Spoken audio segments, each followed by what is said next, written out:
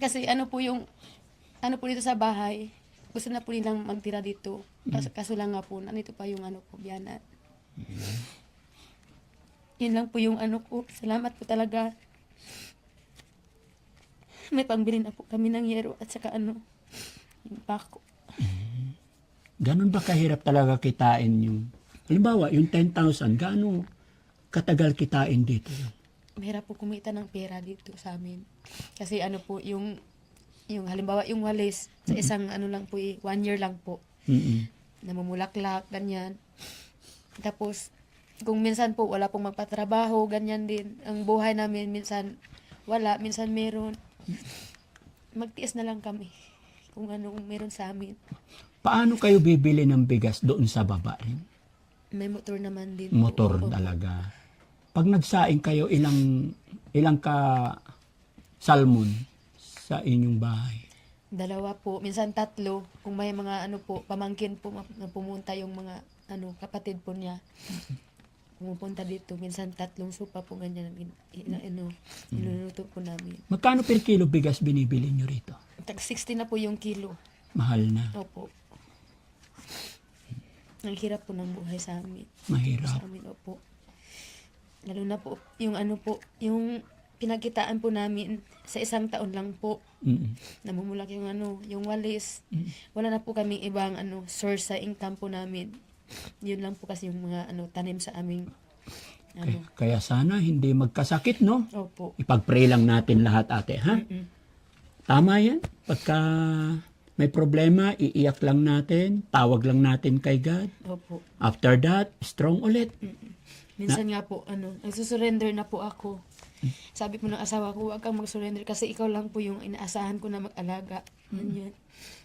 Minsan po kasi, hindi po kasi, sa lahat ng panahon na maganda po yung mood niya. Katulad ngayon, maganda yung mood niya. Maganda yung mood niyo. Opo.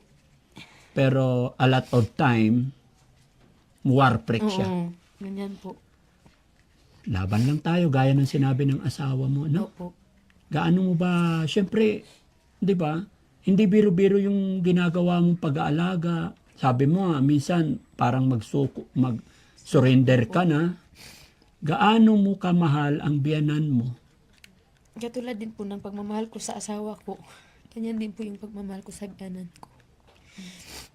Kasi alam ko po na yung pagmamahal ko po sa asawa ko at pagmamahal ko ng biyanan ko, hindi po ako makakita ng katulad po ng husband ko kung hindi rin po galing po sa kanya. Sa bagay, no? Opo. Kung hindi dahil sa lolang ito, hindi ka makakakita ng asawa mo ngayon na mabait. Opo. Sa asawa mo naman, ano nga mensahe mo sa asawa mo? Sabi mo, napakabait yung asawa mo. Maririnig niya, kahit ilang taon mapapanood niya to. Bilang mga alaala ba, ano ang mga mensahe mo sa iyong asawa? Patuloy lang yung pagka mabait niya po sa akin at saka sa aming anak po. Kasi ang mensahe ko lang sa kanya, wala na pong ibang mag-aalaga po sa kanilang inay kung hindi rin po niya ako bigyan po ng yung pag-aaruga po Suporta. ganyan. Suporta lang po yung ko sa husband ko po, yung hiling ko po. So, ikaw na lang nag-aalaga. Asaan yung mga kapatid ng asawa mo? Nandun po sa ibang barangay po. Hindi na nila naalagaan. Mahirap din po yung buhay nila. Sobra, no? Okay. So, yun lang, no? Ate, ba? Umiiyak din si nanay, Dad. Ba't umiyak ka na Realize siguro niya. Naintindihan Naintindihan niya. Laban lang, Lola, ha? Lola, pakilala po ako. Ako si Daddy Frankie. Masaya ako na nakapunta at nakilala ko po kayo. Bilhan ka ni ate ng gatas mo, ha? Bear Brand para makainom. Humaba pa yung buhay. Huwag kang umiyak, Lola. Ito yung nakaka-touch mga kababayan, nakakaiyak, no? Hindi man lahat naintindihan ni Lola. Sabi nga ni ate, nauulyanin na. Pero the way, that time na nag-uusap kami ni ate, lumuha siya. Naramdaman niya, ate, yung totoong pagmamahal mo. Yung sakripisyo mo, kaya siya napaluha. Nalulugod ang Panginoon sa ganyang pag-uugali. Pagpatuloy mo lang, no? Opo, salamat po. Yes. Ate, bago matapos ang bidyong ito, naka-video kami. I-upload ko to sa aking social media. Okay lang po? Okay lang po. Very good. Mapapanood ng nanay tatay mo to. Baka gusto mo silang shoutout.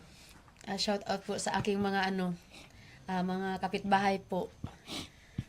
Gusto po kayo na makita ng kapitbahay ko po. Gusto rin nilang Opo. makita. Nandun nga sa Ay, yung baba. mama at papa mo, ano sasabihin mo sa Wala kanila? po silang cellphone. Kahit na, mapapanood nila sa kapitbahay. Shout out po sa aking mama, si Nancy po Lumatag at saka si Alfredo po Lumatag at sa mga kapatid ko. Mga kapatid mo, mga pangalan nila. Ang sign Si ngalan. especially po sa kapatid ko na si Rosalie po kasi siya po yung nadala po kay Sir Edison po dito. Okay. Salamat din po sa kanya kasi siya rin yung daan po na nakapunta kayo rito at saka si Sir Edison. Anong pakiramdam mo na dati pinapanood mo lang si Daddy Frankie na doon sa Pangasinan napakalayo. And then ngayon, yung pinapanood mong Daddy Frankie nandito na ngayon sa harapan niyo. Anong nararamdaman mo? Akala ko po yung wish ko po noon, sana po makarating kayo dito sa amin po. Pero sabi ko sa sarili ko, imposible na siguro kasi bukid na. Kaya sobrang saya ko po kasi totoo pala Totoong na makarating kayo kahit saan. kinikilabutan ng mga kababayan. Kung iisipin natin bilang tao, imposible. Opo. Napaka-imposible dahil napakalayo. Pero dahil may Panginoon tayo, tandaan nyo yan, walang imposible mga kababayan, mga kapatid. Di ba? Pag si God ang gumawa ng paraan, gumawa ng way, bilang tao, iisipin natin, napaka-imposible. Pero pagdating kay God, walang imposible. Kagaya ng nangyari sa oras na ito. Hindi akalain ni ate na darating ang Team Daddy Frankie. Opo. Kaya dahil dyan, ako'y nagpapasalamat talaga sa lahat ng mga kababayan natin na nakasuporta sa Team Daddy Frankie. Mga viewers natin, Luzon, Visayas, Mindanao. At pasalamat ako sa lahat ng mga kababayan natin dito sa Mindanao, saan man kami napadaan. Maraming salamat sa suporta at pagtitiwala nyo sa Team Daddy Frankie. Hindi ko rin to mararating kung hindi sa suporta nyo.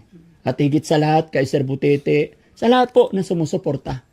Kaya, saludo po ako sa inyong lahat, mga kababayan ko dito sa Visayas. Mabuhay po tayong lahat. Appreciate ko, natutuwa ako na kahit from Luzon ako, pagdating ko dito, napaka-friendly ninyong lahat. Salamat po. Yes, ramdam na ramdam ko.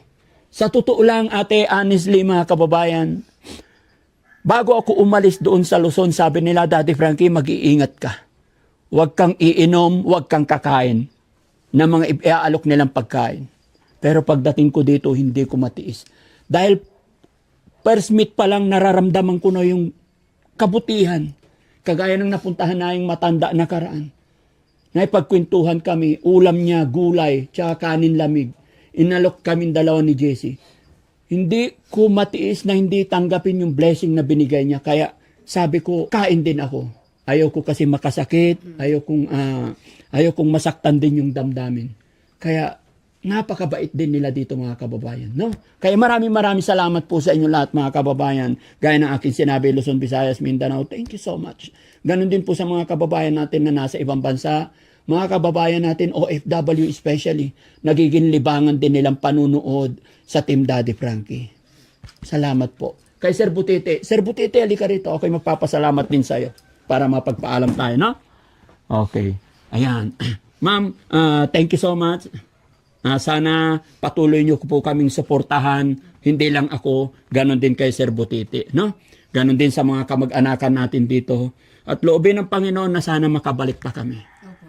Lola, thank you so much. Sir Butete, anong masasabi mo nakarating ang Team Daddy Frankie na pag-abot ng konting tulong pinansyal ang team sa iyong beneficiary din? Grabe ang saya ko dahil ito, na-content ko na ito 2 beses pero talagang kulang yung ang pagsuporta ko sa kanila. So kaya tuwang-tuwa ako na lumating ang team ni Daddy Frankie dahil may kakayahan na magtulong sa mga nangangailangan tulad dito sa bundok. Marami pong nangangailangan ng tulong. Maraming salamat at sa mga sponsor at viewers ng Daddy Frankie at sa buong team. Thank you. Lahat din po ng nanonood, salamat po. Oo. Kayo ang rason, kayo po ang dahilan ba't nagagawa ng team to. Salamat po. Paalam po sa inyo lahat mga kababayan. God bless po and mabuhay po tayong lahat.